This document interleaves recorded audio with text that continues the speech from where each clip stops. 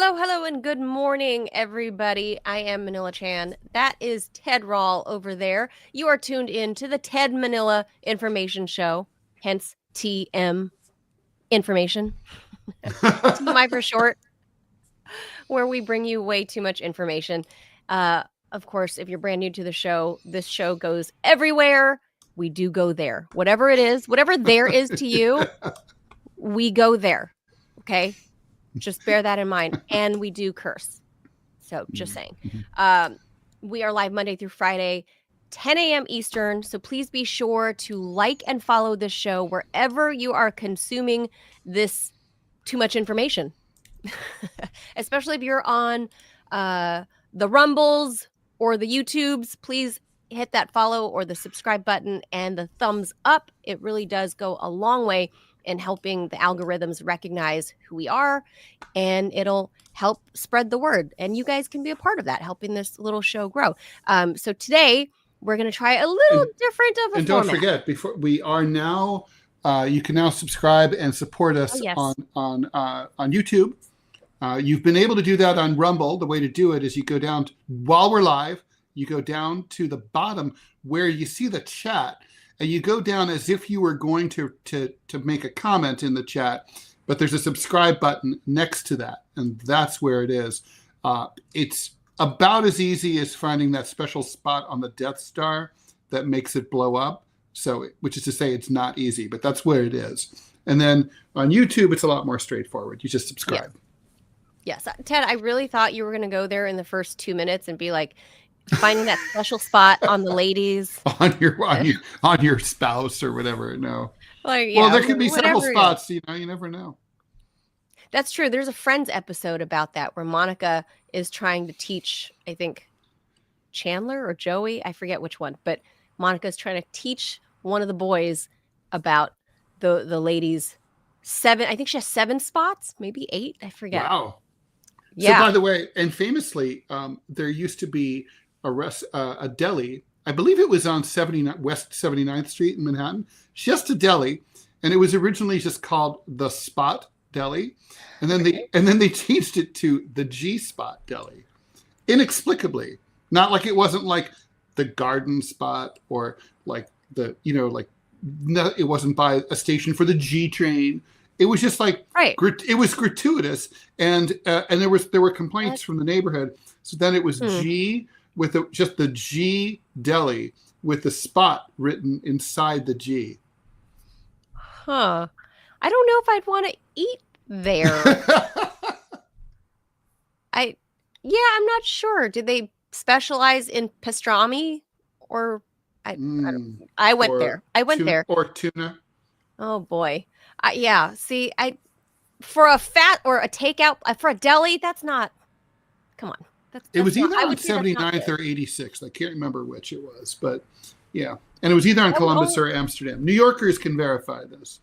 That would only make sense if you ran a business in a city that had like streets named after alphabets, like downtown Washington, D.C. Right. There is a G Street. There's a G Street. Yeah. There is a G Street. And, if you were a deli there, okay, that would make sense. The G spot. Because you're on G Street. But this one randomly, I don't think they had a PR team look that over, Ted. Just saying. No. Well, I mean, it's just, yeah. So it was on 78th Street. I'm looking it up right now. It is gone. But yeah, because it has a terrible name, terrible marketing. Ew. I would not eat there. No, the 79th Street. Sorry. Oh no, I mean it was successful. I'm sure when in New York, when businesses go under, it rarely has anything to do with the lack of quality of the place. It usually has to do with landlords trying to jack up the rent like 6 times when the lease comes up for renewal. Is that almost always? I mean, there are some dumb businesses. I mean, look, even my local cannabis store went under, and obviously, it's not like no one wants cannabis. Nobody wants weed in this neighborhood. We got to close up shop. Yeah. Manhattan is like not into weed at all. Yeah. We're very uptight that way.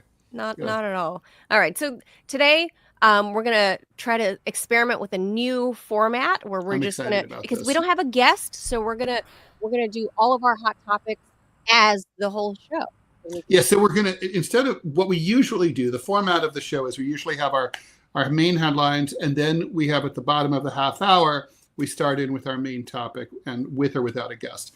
This time we're flipping it. This was all Manila's idea, and she's brilliant. So thank you for coming up with this. Right. So we're going to do the main news.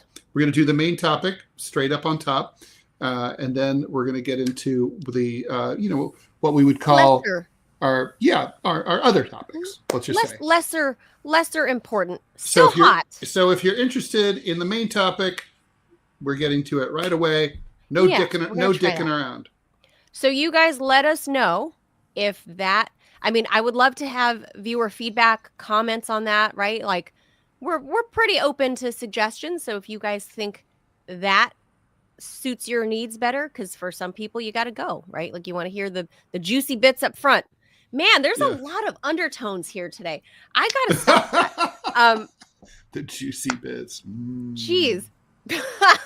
Jeez. Okay. So let us know. That used to be a special at the G-Spot Deli. The juicy bits. I'll get 2 juicy bits.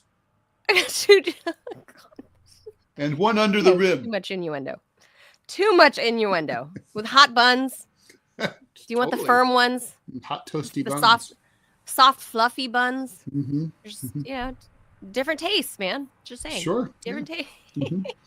All right, so I'm not even. Okay, we can go there. We're still within the first. It's so early. It's so early. We can't go there. We cannot go there. We shouldn't go there. No. We need to strive more to be family friendly, Ted. In case, there are parents with kids. Yeah, listening.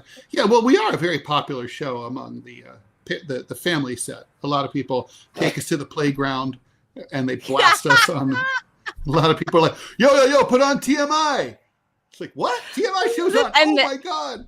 Can you imagine that, ladies and gentlemen, popularity? There was a show. That's how you, Ted, you're teaching all the kids. You're teaching all the kids the F-bomb at the playground, because that's how that's happening. That would be my fault. So there was a show called Apostrophe, or in French, Apostrophe. And it might still be on. Oh. It was on for decades in France. And it was like so French. It was a bunch of philosophers, journalists, and other like notable intellectuals. And they sit around drinking wine and smoking and talk about like the day in politics and culture. And, you'd see like Simone de Beauvoir on it. I mean, it's like to talk, so anyway, it was so massive that I think it was on at 7:00 at night, but whenever it was on, the streets would empty. You wouldn't know, it'd be tumbleweeds blowing across the streets in Paris. And you'd see every window of every apartment, blinking purple at the same time in the same pattern. Everyone's at home watching Apostrophe. It's like Apostrophe is on. You go out to dinner after Apostrophe. You do not. Wow. Yeah, it was like the Super Bowl, the State of the Union. It's like, the first presidential debate, 10 years 9/11, ago, all combined. 10 years ago, that would have been my style of show, before I got married and had a kid and kind of straightened up. When I was just a degenerate journalist, single lady, right, traveling around the world, I'd be, having a bourbon or something, smoking a cigarette. That would be the kind of show I would have done. It's a good 10 look. years ago. Bright red lipstick, smoking a cigarette. I will say, when I've been a moderator for panel discussions on a number of occasions, particularly with cartoonists, and one of the things I discovered is if you bring beer to the panel discussion and you give all the participants a couple of beers before the panel starts, the discussion's going to be a lot better. Oh, social lubricants. I'm all for it, even though I don't really drink anymore. I mean, I might once or twice a year have like a glass of wine or something. I don't really drink anymore. I mean, wow, talk about 180, right?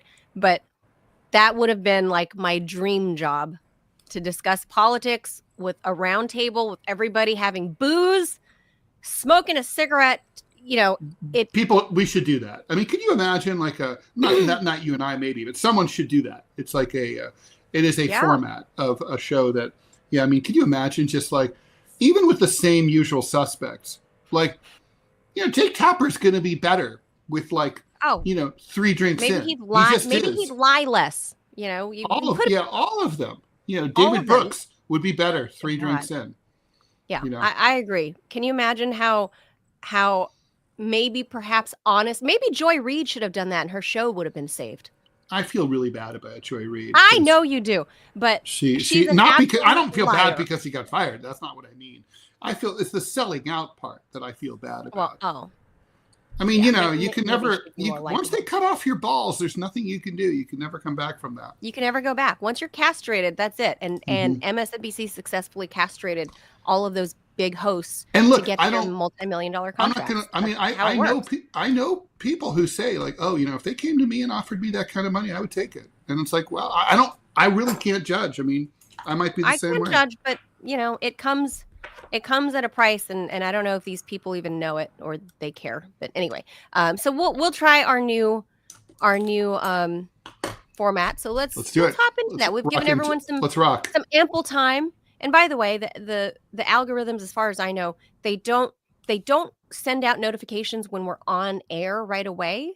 So the first few minutes, like I've heard from many people on Rumble, even family members of mine that want to tune in, they say they don't get the notification until we're like 15 minutes in. So I don't know what that is. I don't know why the delay, but just something to keep in mind. So, all right, let's hit the jaws and let's try it out. Our main topic. Today, and we're getting straight into it, President Trump temporarily suspended the delivery of all U.S. military aid to Ukraine just days after Trump and Zelensky had that explosive confrontation at the White House. This order affects more than $1 billion in arms and ammunition in the pipeline and on order. It resulted from a series of meetings at the White House between Trump and senior national security officials, and the officials said that the directive would remain in effect until Trump determines that Ukraine has demonstrated a good faith commitment to peace with Russia. Trump's decision dramatically escalates the breach between Washington and Kyiv at a crucial time in the conflict. Of course, obviously, Russia is very happy about this. If the suspension is lengthy, Putin could use the time to press for further territorial gains. I don't think that's going to happen. And he could theoretically decide to hold back from any negotiations at all. Also, that's definitely not going to happen. Trump's move has few direct precedents in recent history. While the U.S. has paused the transfer of specific weapons programs to allies and partners, like when Biden temporarily suspended 2,000 bombs to Israel that were being used against civilians in Gaza, a full cutoff. 2,000 pound bombs. Yeah, is that what I said? No. 2,000 pounds. Oh, yeah, 2,000 pound bombs. Moabs. Yeah. Moab. A full cutoff is essentially an ultimatum. It forces Zelensky to agree to a ceasefire on Trump's terms, or they can go on and fight and lose even more. The suspension also puts the U.S. in direct opposition to NATO allies. The biggest European countries, France, Britain, and Germany, have said that they plan to send more aid to Ukraine, siding with Zelensky against Trump. But the truth is, they're talking shit because they don't really have the stuff to send. Yeah. Also happening today is the State of the Union address. That's tonight. Since taking office. Not State of the Union. Oh, it's not? It's just an address to the joint Congress. Oh, why? What is this about? Just because?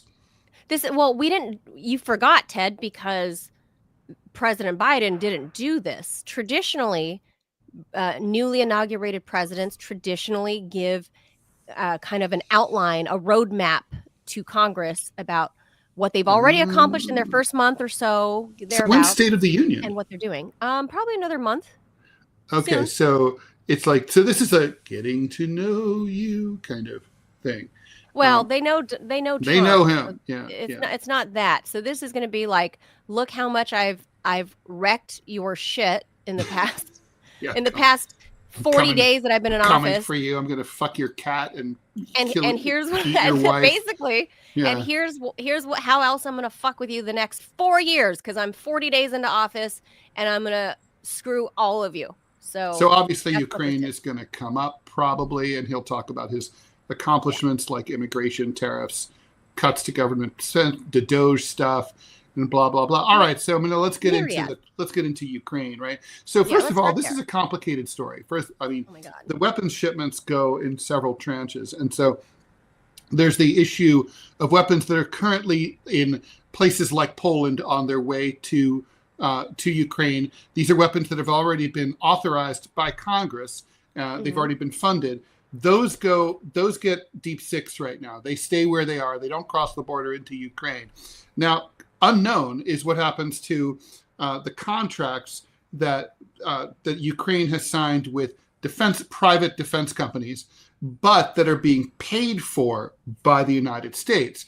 So technically, it's like they bought the stuff on Amazon, and it's theirs, and they should receive it. But Uncle Sam is paying Amazon. So does Uncle Sam call Amazon and say, "Don't send it because I'm not paying"? And does Amazon listen if Uncle Sam calls? So we don't know the answer to that. But what is sure is that no doubt a substantial amount of weapons to Ukraine will come to a halt immediately. And obviously the view here is to try to convince Zelensky that he needs to play ball and he needs to get serious. Because, I mean, basically at that presser on Friday, he acted like he was partying like it was February 2022 and everyone still loved him and that he could get anything that he wanted. And it's like Trump's like, no, there's a new sheriff in town. And I think Zelensky's strategy, and he fucked up in a number of ways, but I think the number one way that he fucked up was that his strategy has been to basically count on American public opinion. Like, he's always about the media and trying to get the media to be into him. Well, and the media loves him. But both of them are into playing up for the cameras. But so to whatever extent he could like play to the cameras and then the media could pressure Biden, that's not going to work on Donald Trump. Donald Trump has become president despite the media. He doesn't care what they think. In fact, the more they hate him, the happier he is. The more unhappy they are, the happier. If the media came out and said, fuck Zelensky, he would love Zelensky and immediately re-embrace him. That's probably the best thing the media could do, is start attacking Zelensky. It's probably true. If they want more aid to Ukraine. So this is like, so I mean, Trump doesn't owe anything to anyone. He's a lame duck. He's on the way out. He's like doing whatever the hell he wants. He also knows he doesn't care about the midterms. Like, by the time the midterms roll around, everything that he's wanted to do will either be done or not done, but he knows nothing's happening after that. So, this is a man you can't really negotiate with. Trump talked about who holds the cards. Donald Trump right now holds a royal flush, ace high, and he's got a couple extras up his sleeve. Ted. He's got them all. He hasn't even dealt the cards. He's got the full deck in his possession. Yeah, he's the house. And all the chips. Yeah, he's the house. He controls the deck. He controls all the chips. Nobody, not Congress, has one card, one chip to play. Certainly not this little dude. And I gotta admit, Ted, all the memes about they keep shrinking him on all the memes. They keep shrinking Zelensky to like the size of an infant, and it's hilarious. I don't know if you guys. Well, I mean, I got to tell you, the Democrats have the opposite memes, where all my cartoonist colleagues, they have giant Zelensky and little Trump. It's all so dumb. So crazy. Well, look, I'm happy as being staunchly anti-war. I don't like. Can you believe it? That's controversial. I know. I'm staunchly anti-war, no matter who's waging it, no matter who's taking part. I have always, my entire life, personal life, as well as my career, have always leaned on the side of peace. And I've never been one, like the Europeans right now, saying peace through strength. The U.S. has tried that bullshit for years. It doesn't work. We didn't try. It's it was a fake try. We say peace through strength. But that's just the guise for warmongering for people, because you don't want to come out like John Bolton and be outright like, let's go bomb those brown people, like John Bolton always says, right? He don't give a flying freak, right? Because John Bolton is John Bolton. But everybody else will be like, peace through strength. Translation, I agree with John Bolton. But I don't agree with any of that.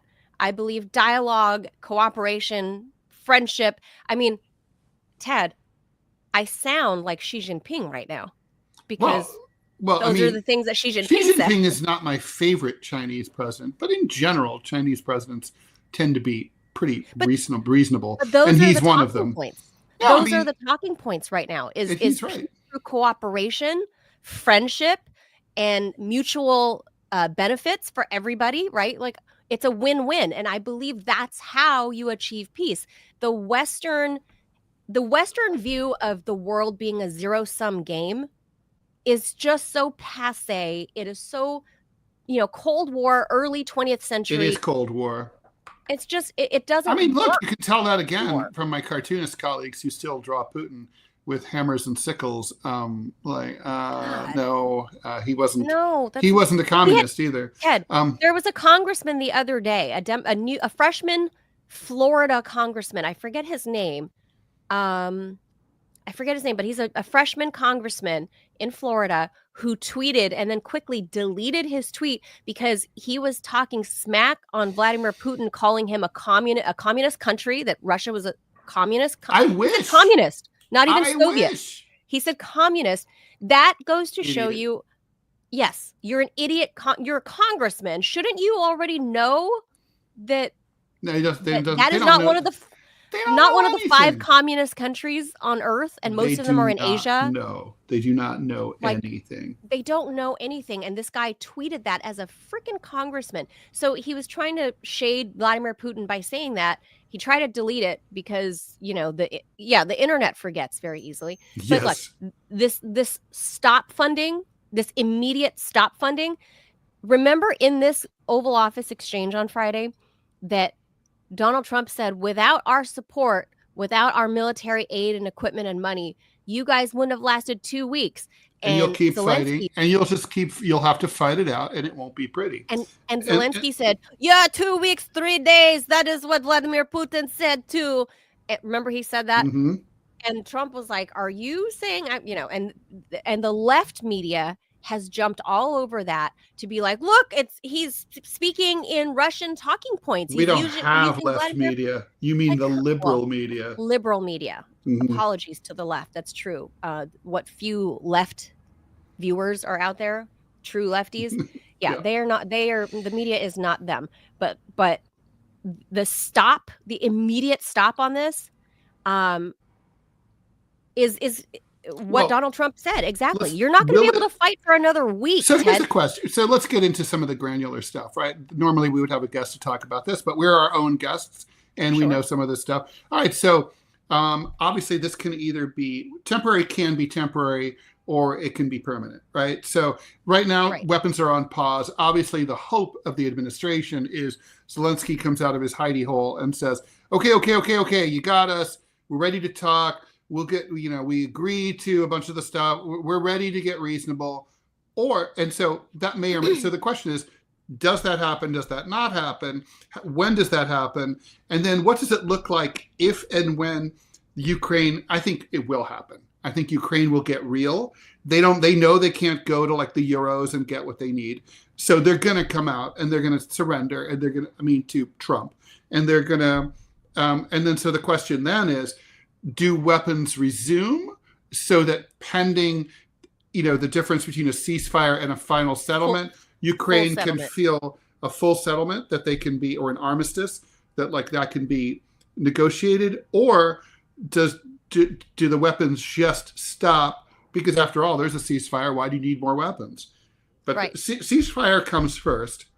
That's really pretty easy to negotiate. Right. I think this is a forced move for that, for sure, to force this little dude here to come to the table because he's been refusing to do that. I mean, just yesterday, he was feeling all brave, getting air in his lungs, feeling like he could walk in and tell Vladimir Putin, war is far away from ending, very far away. Like, with war is very close to ending. Quite the opposite. Right, the peace is far away, I think is what he said. Very far away. Peace is very far away. And it's like, I think peace is very near. The peace is nigh, because look, yeah, peace is days away. Because we could have peace by this weekend. I agree. I think so, Ted, because look, we've already seen, remember when he came here like the first or second time in the Nancy Pelosi and Biden era, where she's unfurling the flag on the floor of Congress, right? Such an embarrassment. I was so shocked. That was a shocking moment to me. We've never done that in the halls of Congress, ever unfurled the flag of another country on the dais. It's not right. That's so wrong. That was very, to me, offensive. And then this guy was saying we need more weapons, because remember, we saw frontline reporting where even 2 years ago, 1 year into this conflict, these guys were like fighting with potatoes and sticks. Remember, they didn't have drones. They were like throwing potatoes at the Russian soldiers, right? They didn't have enough arms or food or anything. And that's when their mistake was not using a harder tuber. You know, that's if they gone for a nice solid like rutabaga, you know, radishes, throw the radishes at them. You got a radish shooter, poo, poo, right? That can cause some damage. But you remember that, right? There was frontline reporting. Yeah, there's some beets that could do some serious damage. There was frontline reporting even 2 years ago that they had a shortage of arms and food in the front lines, that their men were starving a year into it. In that first winter, a year into it, they were starving. So if that was a year into it, and we were under Biden and the Europeans were all about this at that time, what makes him think that he can survive even another winter? I mean, we're just getting out of this winter. He knows. They know the truth. I mean, and Starmer said this is a coalition of the willing, and the U.S. Donald Trump is not unwilling. Stupid. He's just an actor. So there's a difference. I mean, he know, knows the truth, but he's playing a role. He's bought into his own bullshit, though. That's what I think. I think if you start, it's kind of like gonzo journalism, right? Where you're getting into this character, and you live that life. If you're writing about something seedy like the, I don't know, drug trade, and you become, entrenched with these drug traffickers, and before long, you yourself start thinking and acting like a drug trafficker. I think this guy is so into his mode. He thinks he's gangster. I think so. So yeah, it could be. I think this guy believes it. So what do you think? I mean, so does it? I mean, so I think first of all, let's go through it. Like, let's handicap it. So he's going to have to play ball with Trump, because the United States, he has to. Like and I said, soon. They're going to be the spring thaw is coming. Right? Mm-hmm. Like, we're 2 weeks away from the spring thaw. Well, the spring thaw means fighting kind of gets hard. Intensifies. Well, that's what it means. It's mud. It's mud. It's muddy, right? but intensifies because it's not frozen, and the Russians have a clearer view of what's happening, and they obviously control the air, right? The Russians have air dominance. The Russians do control the air, yeah. So I don't think I honestly, it's so funny the way that Americans project analyses of these things. Like in that article I was reading, Putin's going to want to take advantage. It's like, no, Putin wants this to be over. He's ready for it to be over. He didn't want to go in there in the first place. It took him 10 years to finally make a move. True. That was the flack that. But yeah, roughly 8 years technically, but roughly 10 years when there was stuff brewing, right, on the Eastern Front in Donbass, and he'll be happy when this is over. It's a waste of money. He catches flack internationally. But Vladimir Putin was getting flack back losing home. Losing Russian lives. It's like it'll be good when it's over. It'll be good when it's over. 8 years, 7 years, 6 years ago, for years, Vladimir Putin was catching flack from. And by the way, what's the alternative all parties? For the people who are watching who are pro-Ukraine? Is there any world in which Ukraine is going to keep fighting and recapture a substantial amount of territory? Answer is niet. It's like niet means niet. Niet is niet. Ted, no. You're not going to repopulate your population fast enough. You're not making babies number one, making babies, period, but fast enough. They're not going to mature fast enough to be fighting age. So unless you plan on dragging this out for another full generation, it's over. you're going to be fighting with potatoes. Literally, you're going to be throwing like root vegetables at the Russians. Your tanks are going to be fired. The leopards that are getting blown up are going to be shooting rutabagas. It's just not going to work. Without U.S. support, you're donezo. And I think this guy needs to accept that. He needs to wave the white flag and save lives. That's the bottom line. Is it's gone on this long already, more than 1 million lives lost, and the majority of them being on the Ukrainian side with a much smaller population as it is than Russia. I'm tired of seeing mothers crying. I'm tired of seeing like these videos of young college age boys being dragged out of pizza parlors to be fed into this war machine. It is awful. I mean, you have a son that age, Ted. I mean, when you see videos like that, that's got to hit close to home, right? Like where you're like, holy crap, if we were there, that could be happening to my kid. Mm-hmm. It's just terrible. No, I mean, I do think about that. And, or just people getting hit in their apartment buildings in Russia and in Ukraine or whatever. There you are minding your business at home. Suddenly you blow up. By the way, I just want to say, hanging out with Klovisky. If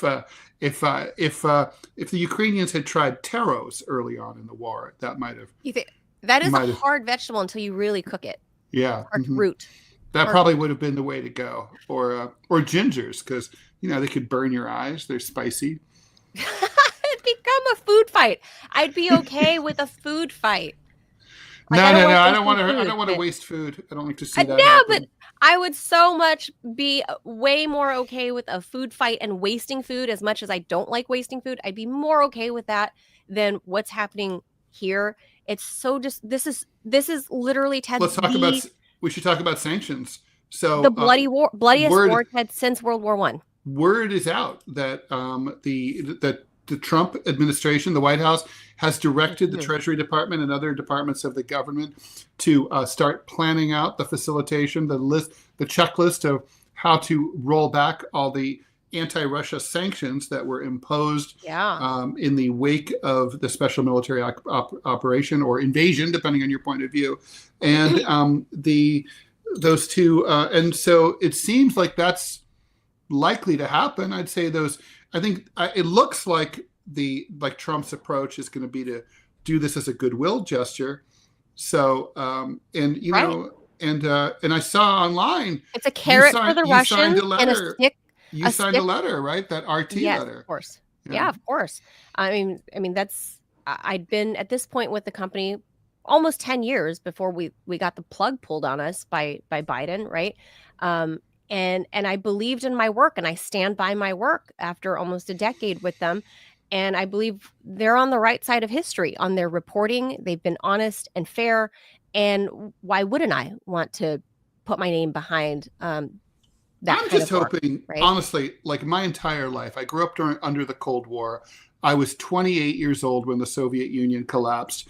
And my entire childhood and adulthood, my entire life, one of the things I've wondered about is, why can't we go back to the alliance that we had with Russia during World War II to defeat the Nazis? I mean, there was no reason for us not to be friends. Harry Truman was a douche and he fucked it up. He did. I mean, Harry Truman was an idiot in a lot of ways.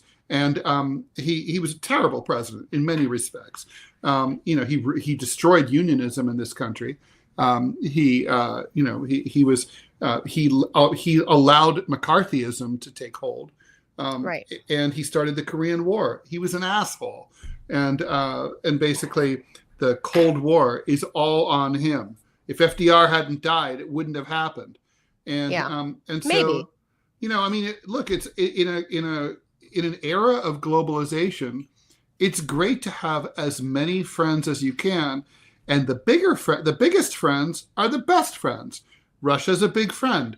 So, I think there's two things going on at the same time. There's trying to bring in the Russo-Ukrainian conflict in for a soft landing as much as possible at this stage, and to reestablish normalized ties and maybe improve ties with Russia beyond anything that we've had since the collapse of the Soviet Union, and really truly try to work together.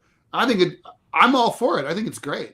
I agree. Well, look, There's While we're still at it, people China, we should have good relations with everybody. with everybody. Like, make more friends. It's better to make more friends, right? Yeah. So, and don't fuck with Canada. Stop that. just there are neighbors. Like, come on, good neighbor There policy, are nice man. neighbors to the north. We love them. Come on, just leave them alone. alone. Leave the Mexicans alone. Like, come on. Like, we like their avocados and Corona beer. And so the beaches are great. The beaches are great. So one way to help make friends across the world and in here domestically in our own homeland, Ted, in the United States, is part of that being that the left, or excuse me, liberal media. Thank you. The liberal media, for example, the editor at Mother Jones, David Corn, who was a personal friend of mine, but we have since had a rift, obviously, with the whole Russia stuff. So I haven't talked to him in many years. But David Corn is still, just last night, tweeting about how Donald Trump is a Putin puppet, and this was the best investment. I'm not kidding you. Go to his Twitter. Oh, I believe it says he's saying he's propagating Russiagate, Ted, that has been debunked 1,000 times. David Corn, if you're watching this, you have my number. You want to talk? Let's talk. Mother Jones, call me. You have my number, Dave. I mean, it's crazy. It's insanity that somebody at David Corn's level, he knows. I'll call your I'll call your David Corn and raise you by Bernie Sanders. Did you see what Bernie Sanders tweeted yesterday? I mean, he tweeted a 2-page PDF memo where he argued the same exact thing, that like Trump is Putin's bitch and is doing everything that Putin wants, and we're going to become Russia's ass boy. And it's like, this is like, okay, this is insane. It literally reads like something that Dick Cheney would have written. This is they are antithetical to peace, and in David Corn's case, not to mention it's ridiculously not true. It's just not true. David Corn is supposed to be a journalist. Russia's is not going to tell us what to do. Stupid trope. That's what he's doing to his liberal readers, Ted. So that tells me that his liberal readers still believe this, and they're eating this shit up. Otherwise, he wouldn't be tweeting it. It's really sad because Mother Jones used to be a very respectable magazine. I used to love Mother Jones. Yeah. I was thrilled when I made friends with David Corn. But it's moved, like all of liberal media in the U.S., it has moved to the right. There's nothing left. I mean, at this point, like Jacobin is like basically like where the nation used to be. It's like, it's like it's not even hardcore left. Jacobin. It's basically liberal Democrat now. Yes, and old school liberal Democrat, like where Bernie used to be. I agree. Everybody has lurched to the right. That used to be considered left, and so there's no one there. There is no left at all. David Corn is just part of my thing. Part of the reason I was mad at all the idiot, liberals who did this stupid February 28th boycott because they don't like Trump. Wah wah, and then the consumer boycott. Don't buy anything last Friday. Well, I checked into it. How did that work out? How did it? Amazon was the number one target. Their sales increased by 1.1%. Oh, no. So, it failed dramatically. And it's because something as dramatic as a consumer boycott, ask the civil rights people who organized the Birmingham bus boycott, it requires grassroots, months, years of slogging, careful organizing on the left. Right? When and why, Ted, did the liberals decide that this guy was the evil enemy? Like, since when did we go back to 1986? Like, I don't know. I don't know if it was like, I think it's a systemic change. I'm not sure it was something that like, a master plot of your old buddy David Corn and like those people all got together to do this. Somehow it's almost like what I really think happened, and I'm not sure, but I think what happened here is that when the Republican Party was taken over by MAGA, and the populist MAGA movement and all the the Republican Party was a warmongering party, right, under Bush. Right. For and sure. it was like, Cheney. I mean, look at Bush. I mean, not only Afghanistan and Iraq, but he also like, he overthrew the government of Kyrgyzstan. Who even remembers that, right? But he did. He was a busy boy, like little warmongering little shit. Right. Well, so when the Tea Party started, which is the precursor to MAGA, that was in 2009, 2010.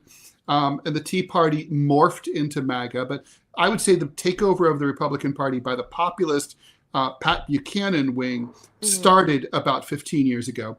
And as that progressed, the space that opened up a vacuum for all the old warmongering shitheels who were all being financed by Lockheed Martin and Northrop Grumman and all that. And so the Democratic Party naturally gravitated to those donors and that funding and in the vacuum that was created. And they were recruited, I think, by the military industrial complex to turn the Democratic Party into the big warmongering party. Not that the Republicans can't still do some warmongering, but between the two of them, they've switched places on foreign policy. So I think that's what's happened. It's been an evolution or a de-evolution over the last 15 years. And it's like the Republicans kind of like gave that up and they decided to become like a nationalistic America First party, which didn't really work with like, sending money overseas to fight other people's wars. So that's been backburnered. Well, and so the Democrats took that over. Remember 20 years ago. Do you like my theory? I literally just came up with that on the fly. I think that's a good analysis. I think also, I mean, I was a Ron Paul supporter. I discovered Ron Paul in college, right? And every chance I could back him anywhere I could, back when he was a congressman, when he was running for president, right? In the Republic, I couldn't vote because it was a closed primary in California, but he was a Republican. I was a Democrat, so I couldn't vote. But I had hoped he might get there. He resonated with me with his he basically came up with America First, but then everybody smeared him as an isolationist. Pat Buchanan came up with that. You think so? Yeah, but Ron Paul was an economic libertarian first and foremost, right? And that's what a lot of the MAGA that naturally leads you to what some people would call isolationism, other people would call economic nationalism. It just it does naturally lead you there. So, I mean, Pat Buchanan was more into culture wars.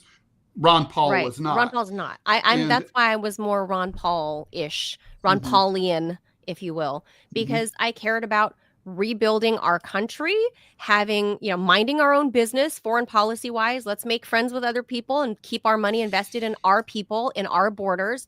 And he didn't care about culture war stuff. Back then it was gay marriage. He didn't care. Ron Paul just didn't care about that. He had his own personal views, of course. But, out there for the rest of the world, he just kind of didn't care. And that's kind of the way I am. I don't care. Don't care who you marry as long as they're an adult, they're a consenting adult. You have the Barry Goldwater point of view. Like where Barry Goldwater asked about gays in the military, said, I don't care if the guy in the foxhole next to me is gay, is straight. I care if he can shoot straight. Yes. Great quote. That is absolutely. I don't care. I don't care if what you identify as. I don't care. I'll address you as the Pope.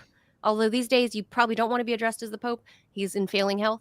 But I'll call you the Dalai Lama if it makes you happy. I don't care. What I care about is the health and well-being of our own population, because I believe you can only fix what's your own home, right? Like you can only deal with your own spouse, your own kids, your own whatever. Like you're the king of your little empire or queen within your four walls.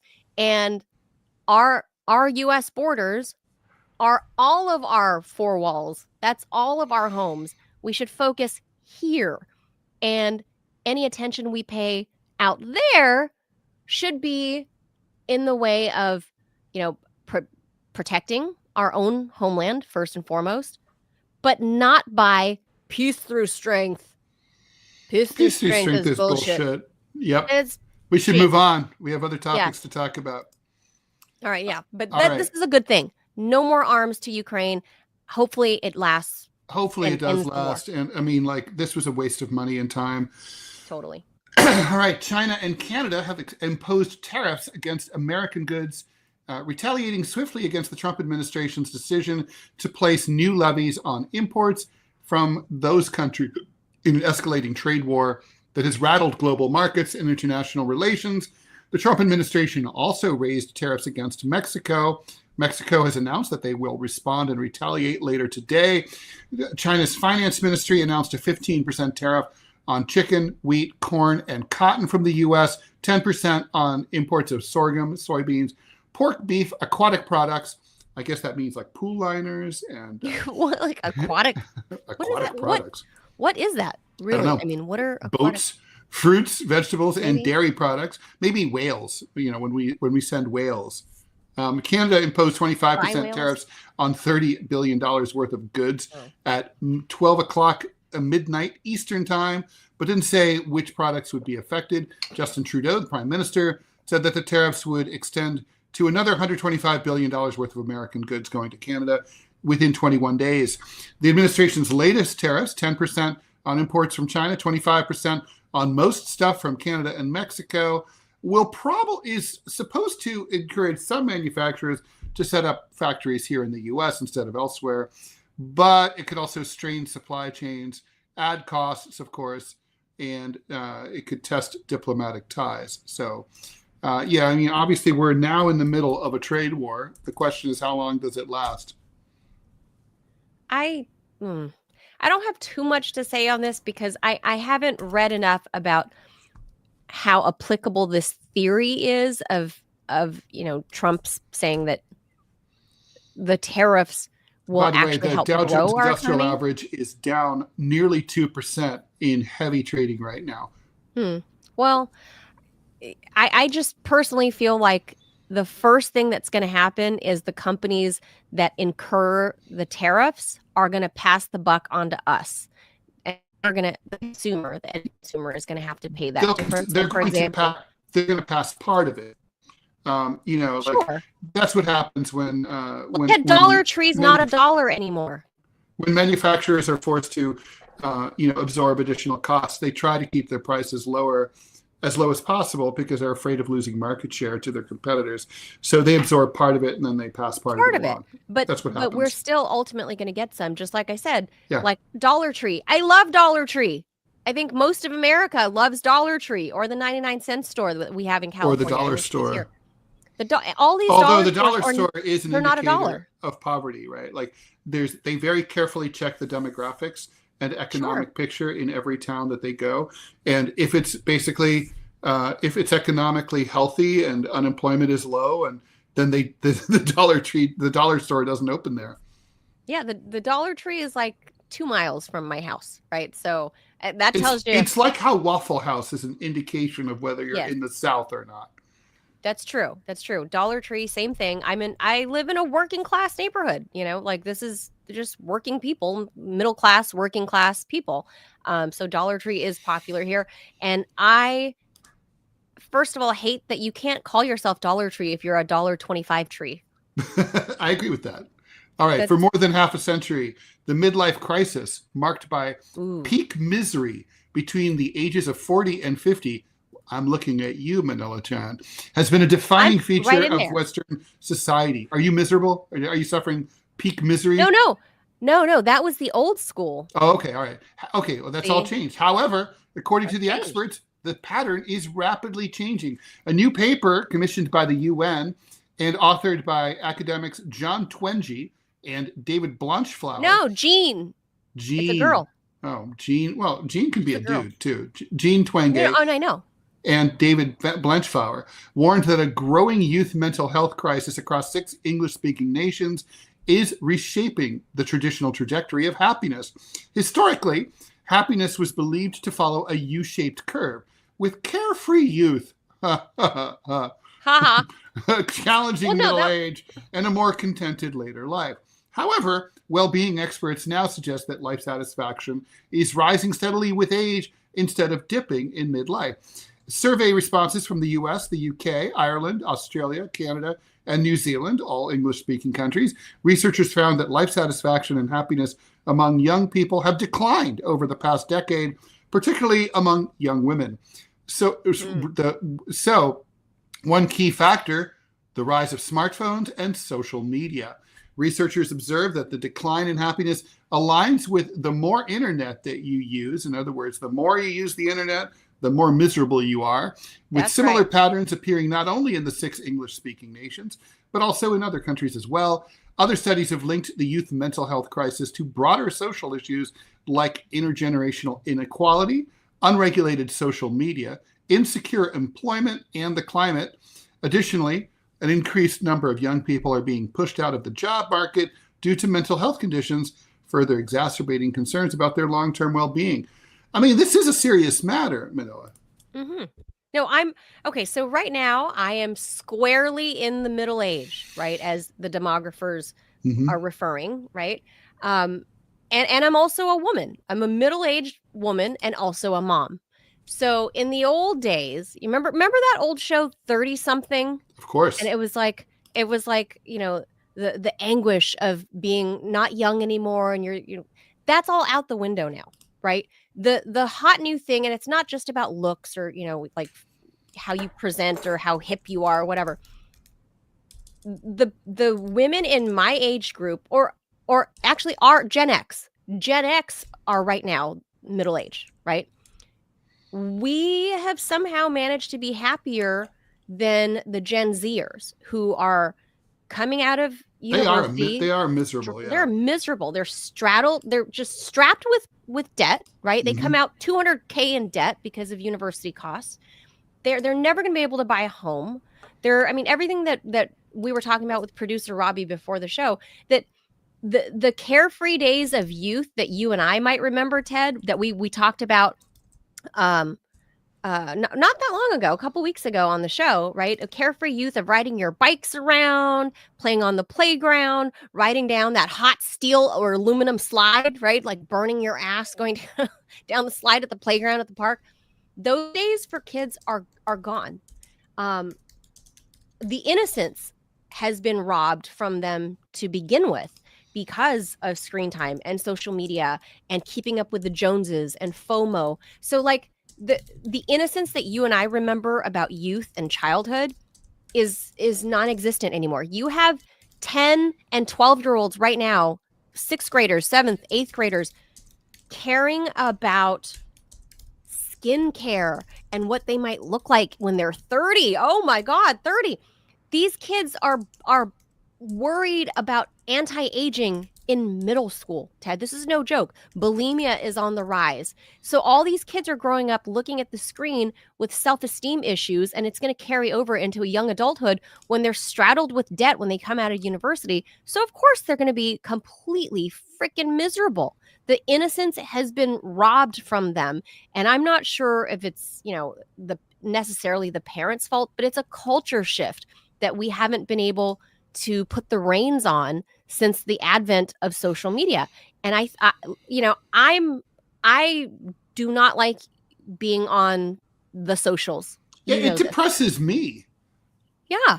And so that's why our generation is happier. And at some point, Gen X, we're the angst generation. How can we be happier than? Well, I know that's so true, but that's because how is it possible? Well, because we're getting older and we're getting past a lot of the crap from being young, and also we're realistic. We don't expect anything to get better, whereas they're optimists. There's no entitlement. They're children of boomers. And so they were always told everything was going to be awesome.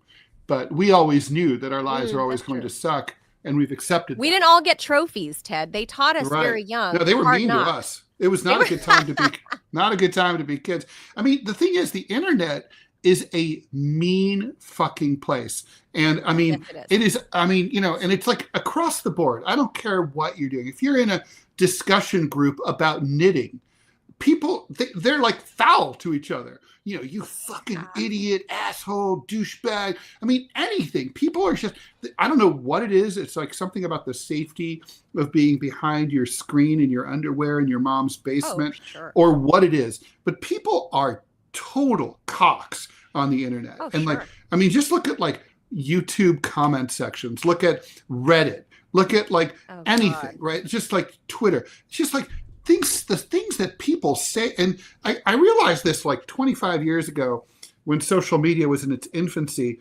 And I would go to a cartoon convention and run into someone who 2 days before had just something about like, I want Ted Rall to die, and I would love it if his entrails were draped across.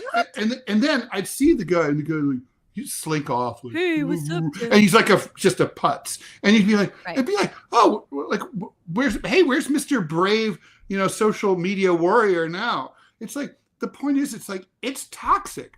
It is a toxic form.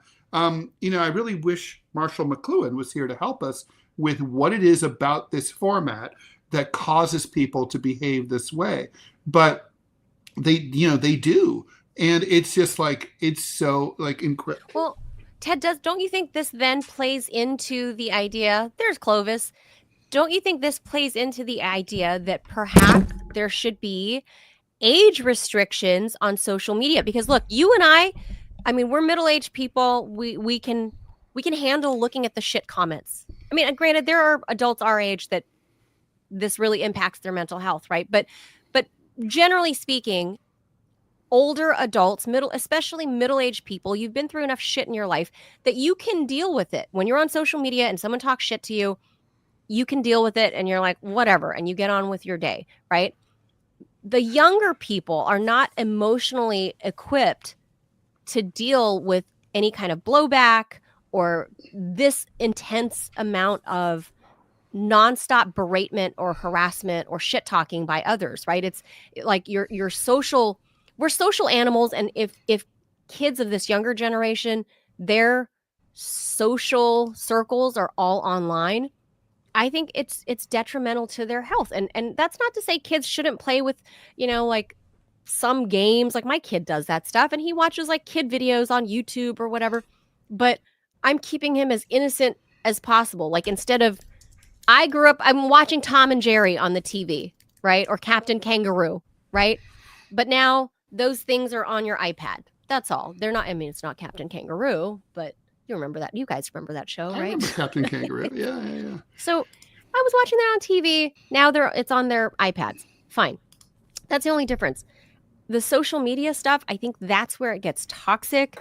And I think that's why these young people, now there are actual, academic studies about this, that young people are unhappy. And not a surprise. Depression rates, The Ted, question is, drugs, what are we going to do about it? And I mean, look, the thing is, legal and non-legal. I don't think that age limits on social media will work unless we were not able. Let's say, for example, you couldn't log into a computer without putting in having an ID that's attached to your age. Like, let's say, sort of like, how like people who are convicted of drunk driving, they can't start their car unless they blow into a device in their car. So like, what if you had like a cartridge or something that goes into your computer that proves that you're over 18 or 16 or whatever we want to say it is? Then, I mean, I don't know that internet anonymity is a good idea. It really encourages sock puppetry and all sorts of, I mean, I understand the advantages of privacy, right? Like if you're, whatever, we haven't had our kinks show yet, but if you don't want everyone to know about your, opossum kink, okay, maybe I could see why you don't, it's useful not to, but I do think it would be, if you're going to have that kind of age limit, it has to be really strictly enforced. It has to be on all devices. It just sounds like something Americans aren't going to be into, and not to mention a lot of parents let these devices babysit their kids. I mean, my ex-wife did that. She gave our kid. I was absolutely horrified. Like, here, have a device. Look at this. Look at my phone. I'm not against it. I am. So long as it's. And by the way, all the Silicon Valley people, famously, right? Like Zuck, right. They all don't let their kids use these devices. Jobs. They send their kids to Montessori schools. They're little right-wing conservatives when it comes to their own kids, while they're fucking up the entire world, the whole world of everybody else. Yeah. With their fucking devices. With their fucking devices. Yeah. I like I always say, and I'm going to stand by this, I wish an analog childhood, like in the what I remember in the 1980s. Maybe in Papua New Guinea you can have that. Yeah. I wish that for everybody, because for me, I remember childhood being exactly what childhood should be. Carefree, riding bikes with your friends. The only way that your parents could tell you to come home was the streetlights come on. And you're just riding bikes around, out in nature, running around to the parks, running around on the school field, playing soccer, just innocent and carefree. And those days are gone.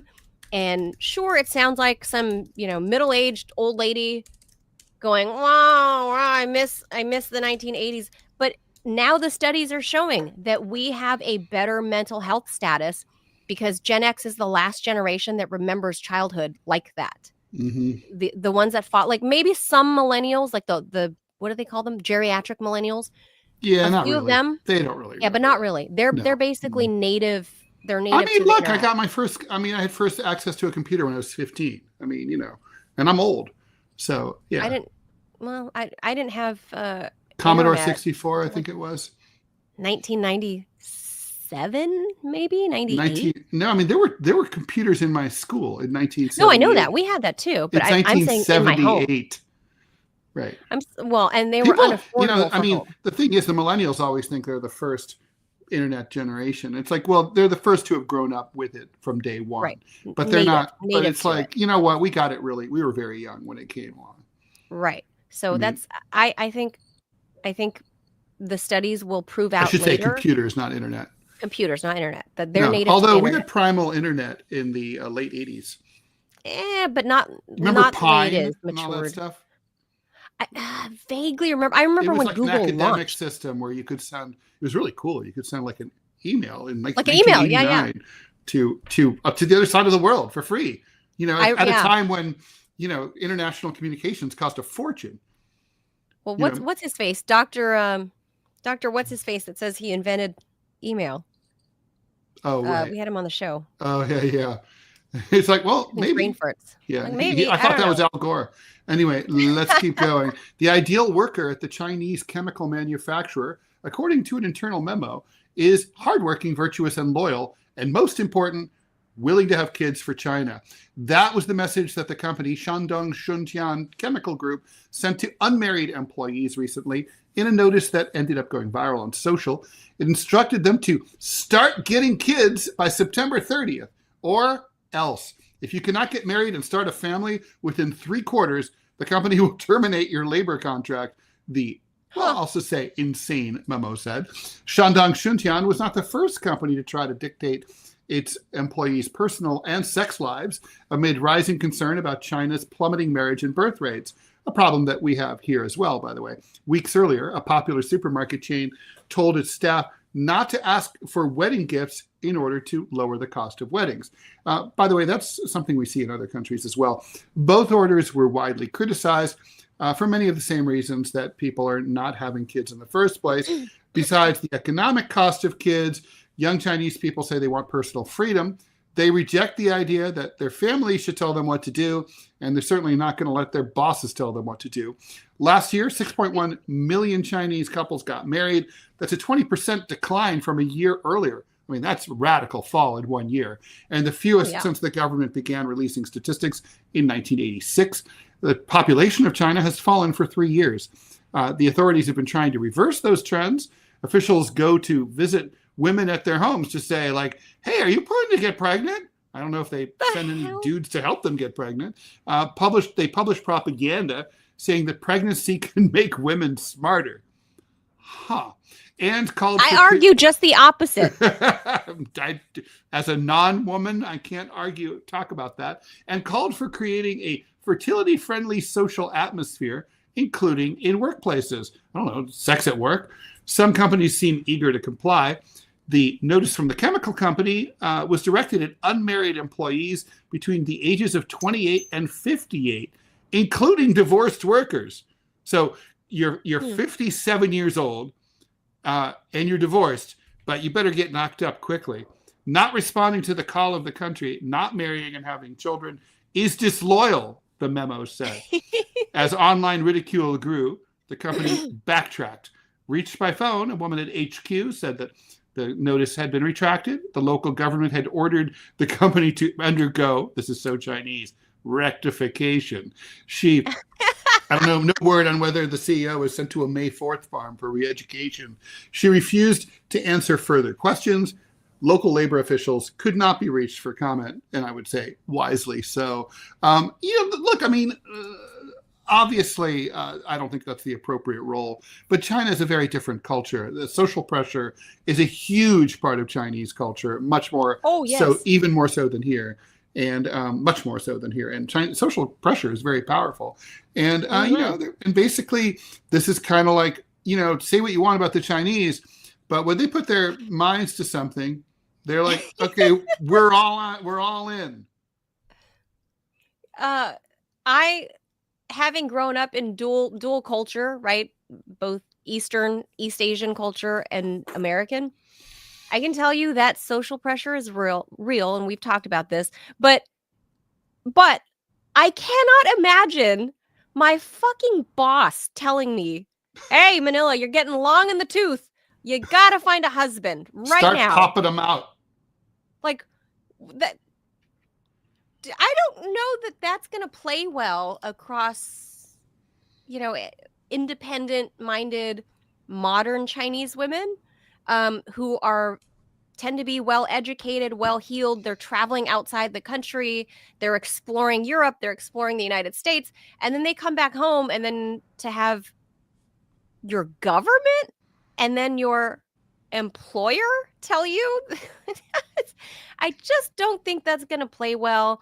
And given that there is, a gender imbalance, presuming there's only 2 genders in China, Ted. I think, well, that's a good question. I don't know what the official policy is on trans stuff there. I don't know either. So I'm looking that up right now.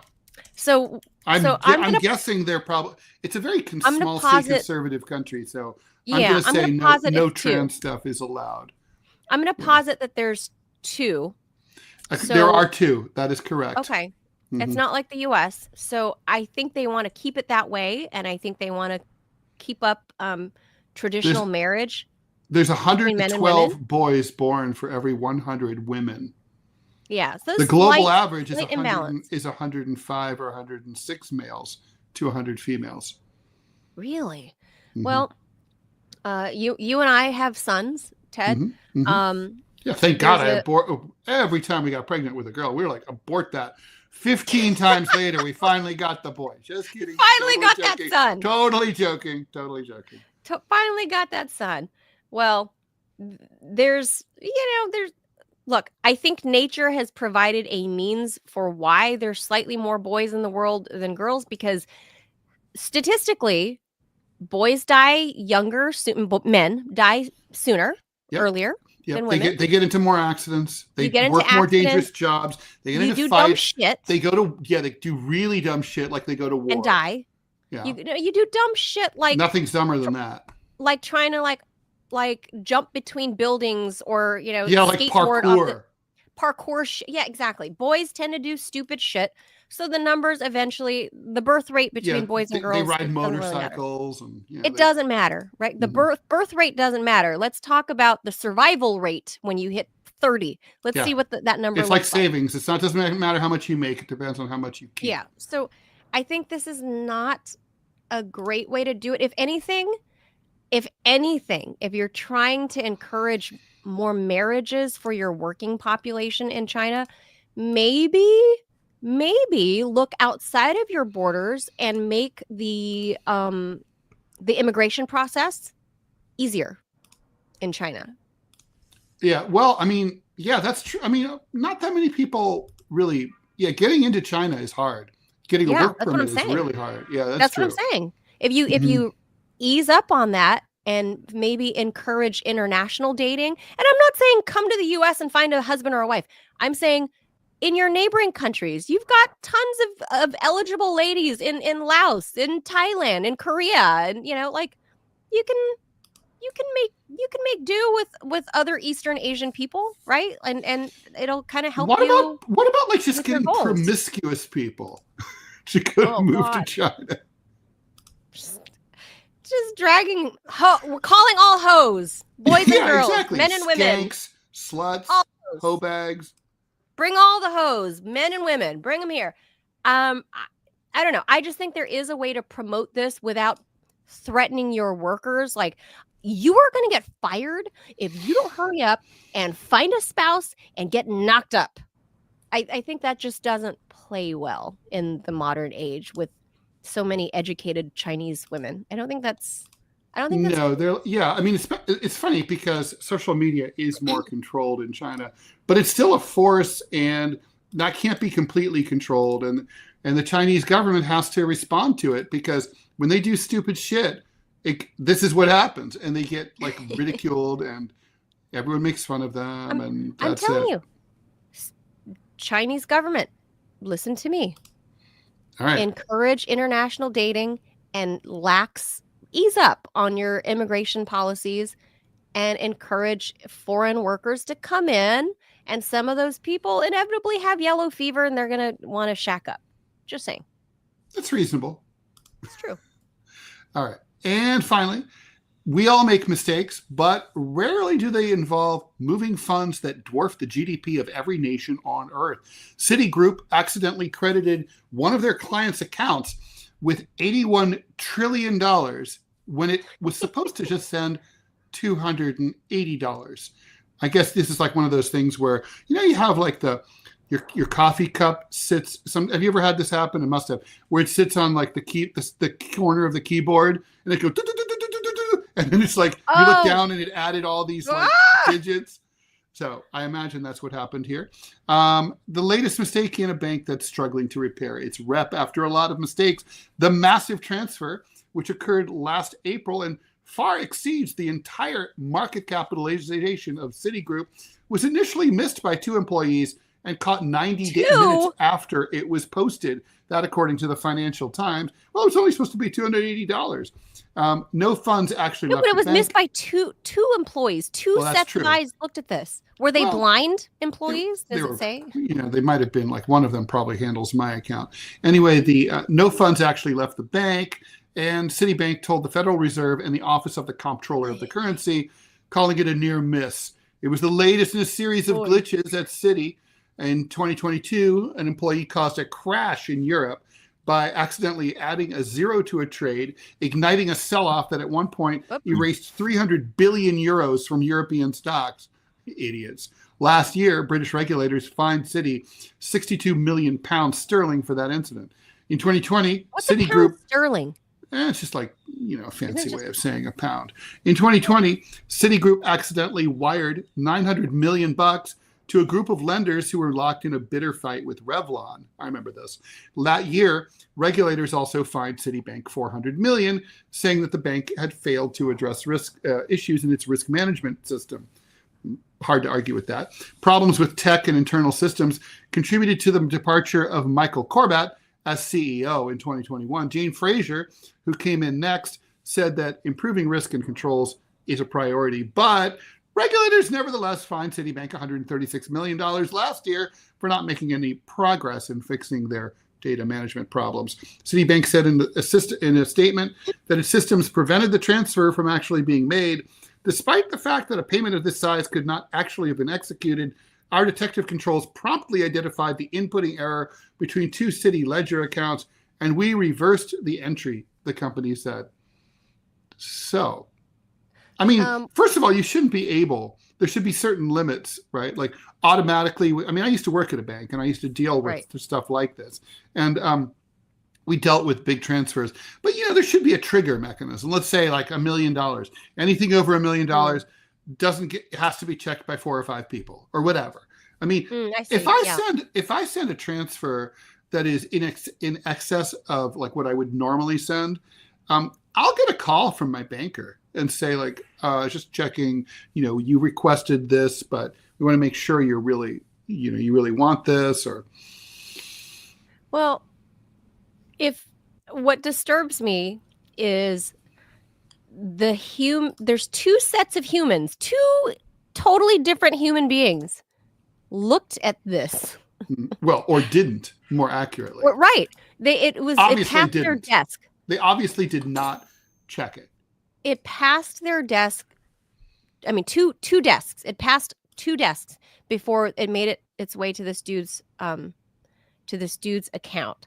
And the fact that it was $280 is 3 digits. 81 trillion. How many zeros is that even? I don't even know. That's 12 zeros. So 3 digits versus 12 zeros and then some random digits in the front. Mm-hmm. How? Like that, I think, oh my God. I know no money changed hands and none of, officially, right? But imagine if you're that guy for just one brief second and you get because I get notifications on my phone, right? Like when transactions are made or whatever from the bank. Like, it's usually like, okay, my Walmart receipt shows up. Like, and I'm like, oh yes, I did buy that. Yes, I did. But the bank tells you whatever's happening on your app and it shows up on your phone. Can you imagine what went through the guy's mind that was like, what? I have how much? Like, just run to the bank right away. Right now. And it's a funny story, but I think that goes to show more that a lot of these banks are using terrible, terrible technology. And I hate to bring this up, Ted, but Doge has brought this up about the U.S. government, which is true, like the FAA, for example, right? And like in those control towers at the airports, like it's outdated technology. Oh, the technology is very old, for sure. I can tell you, the federal government, ironically, I'm not sure that Doge is going to make that any better, because cutting the budget of an agency. I mean, why do they have shitty tech? It's because they don't have the budget to buy good tech. Tech is expensive, man. So Citibank, it's not like not like the money was sitting around and they forgot to order it. Right? Forgot to get new software. But same thing here with Citi. I feel like maybe you should take a look at how you're spending that money instead of giving all these big bonuses to your president, the board and all this shit. Maybe take a look at like the inner workings, because they have narrowly missed crashing their own stock easily 4 times in the past 10 years. They've just, it's not good. It's not good. So but would have been a funny story if the dude saw it and was able to, if they didn't catch it sooner, if the dude cashed out, like, let's say $1 million was made available, let's just say, because that's what happens, right, at banks when you get a large like you're depositing a large check, right? They make 5% of that check available immediately, and the rest needs to clear, right? Theoretically, if the dude was cashing just like 1% of that, I mean, that would have made for a really good story. But this is more of a want on Citibank and not so much a fun story for the dude. Yeah, no, I mean, it is very, very funny. And as a former banker, I can sort of see how this would happen, although frankly, not really. Yeah, that many zeros. No, I mean, it's absurd. I mean, I got to say, this would not have happened in the old days of typed ledgers. It just couldn't have. Dumb employees. I just can't believe that. But anyway, that was a fun story. I'm going to say this is a system failure also. I mean, honestly, you should not be able to send, the field should not allow you to send anything worth that many zeros, I agree. Outdated tech. And I did look into this a little bit, like before we got on air. And it's really the same problem like the FAA is having, that Citibank has bad tech and they just haven't really upgraded. So it doesn't have those flagging systems. So I think this is more of a want story for Citibank. And I wish it was more of a fun story to the dude, because I wish he was able to like cash out a little bit, just a little victory for the everyday guy, right? He's expecting $280, and let's say he was able to cash out on 28,000. That would have been freaking awesome, and the bank should have ate that. I would have loved it more if the bank ate $28,000 when it was supposed to be $280. That would have been. That is hilarious. Yeah. You should have eaten it. So that's that. All right. One more day of some Manila, and then it'll be the TRI show. TRI, yeah. Ted Robbie information. The Only temporarily. Show. At least, well, until next week. I'm back next Wednesday. So you'll see me tomorrow, Wednesday, and then I'll be back the following Wednesday from Iceland. Yeah? Dude, what's their accent? I need to figure that out. I don't know yet. I can't. They seem very friendly, though. I've had to deal with some, were they nice? Cooking stuff. Yeah, very, very nice. And, I was reading about their crime rates, Ted. They had all of 2 murders last year. They must have been really very angry. But to be fair, they only have a population of about 360,000 people, which is less than Washington, D.C. Oh, a lot less than. What's the population of Washington? Oh, hundreds and hundreds of thousands of Washington. I assumed it was 1 million people at least. I don't know how they count that. If they count people that like workers like me that go into the city, and no, I don't know. It's only residents. Like actual residents.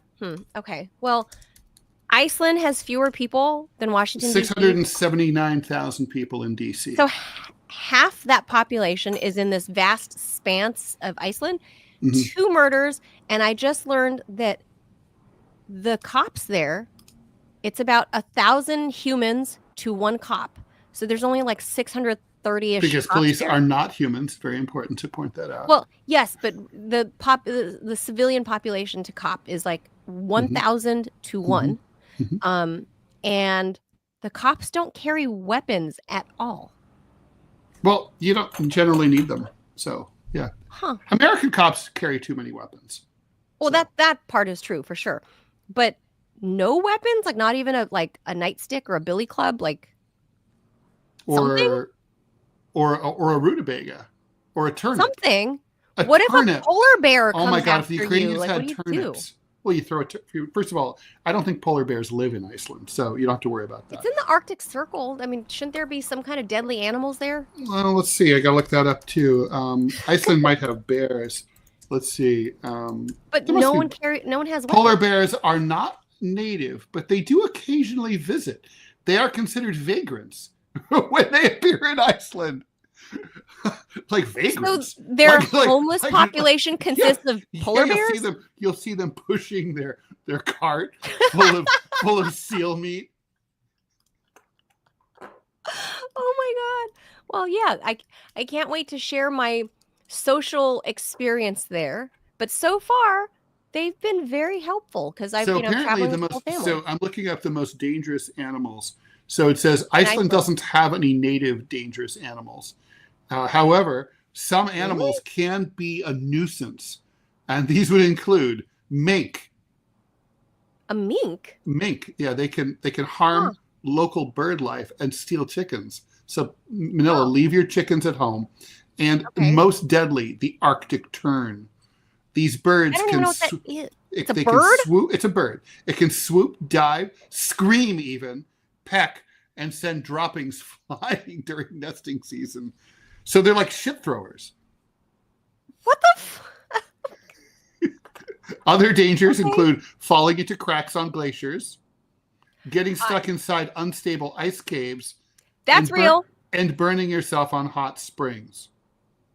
Oh, well, yeah, I thought about that because Robbie, our producer, right? He talked and there about are orcas. People burn themselves. There are many, many orcas there. Yeah, but maybe the orcas there are much happier than the orcas in the southern hemisphere because those are the ones that are attacking everyone. No, that's northern hemisphere. Spain is northern hemisphere. Oh no, I thought the orcas were attacking people like in South America. Nah, it's in Spain and Portugal. Oh. They're going after the Iberians. Oh.